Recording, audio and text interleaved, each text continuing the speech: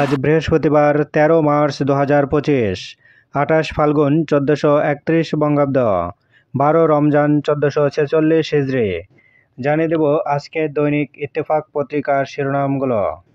Tick চিহ্নে জবাব দিতে অনীহা বিভিন্ন দলের, জাতীয় ঐক্যমত্য কমিশন। ৫টি সংস্কার কমিশনের ১৬৬টি সুপারিশের বিষয়ে দল জোটের মতামত চাওয়া হয়েছে।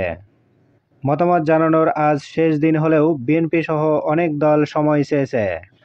কক্সবাজারে ১ লাখ রোহিঙ্গার সঙ্গে ইফতার করবেন জাতিসংঘের মহাসচিব ও প্রধান উপদেষ্টা। ৪ দিনের সফরে আজ ঢাকায় আসছেন জাতিসংঘের মহাসচিব।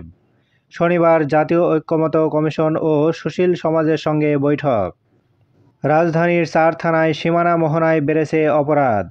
ফার্মগেট থেকে বাংলা মোটর সিগন্যাল পর্যন্ত বেড়েছে ছিনতাইকারীদের দৌরাত্ম্য। ট্রাক চাপায় মৃত্যু। গাজীপুরে শ্রমিকদের মহাসড়ক অবরোধ, বিক্ষোভ। অ্যাপেক্স গ্রুপের চেয়ারম্যান সৈয়দ মঞ্জুর এলাহি আর নেই। প্রধান উপদেষ্টা বিএনপি মহাসচিবের শোক। ধর্ষণের চেষ্টা করায় উপাধ্যক্ষকে হত্যা। আদালতে আটক দম্পতির জবানবন্দি। পুনঃএমপিও ভুক্তির উদ্যোগ সরকারের। লক্ষাধিক শিক্ষকের দীর্ঘদিনের কষ্টের অবসান হচ্ছে। প্রতিদিন দৈনিক পত্রিকাগুলোর শিরোনাম জানতে লাইক, কমেন্ট এবং সাবস্ক্রাইব করুন। এবার শেষের পাতা। আপাতত ইসির অধীনেই থাকছে এনআইডি। সারা দেশে ইসি কর্মকর্তাদের মানববন্ধন আজ। ইলন মাস্কের কোম্পানি থেকে গাড়ি কিনলেন ট্রাম্প। মার্কিন শিক্ষা অধিদপ্তরের অর্ধেক জনবল ছাঁটাইয়ের ঘোষণা।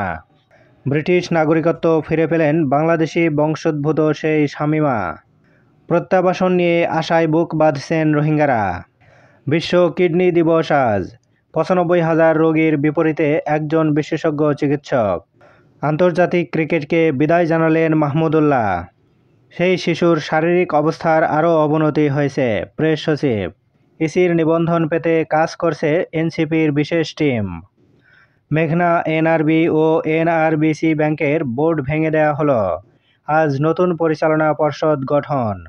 ধর্ষণের ঘটনায় দ্রুত বিচারে আইনের খসড়া প্রস্তুত, আইন উপদেষ্টা।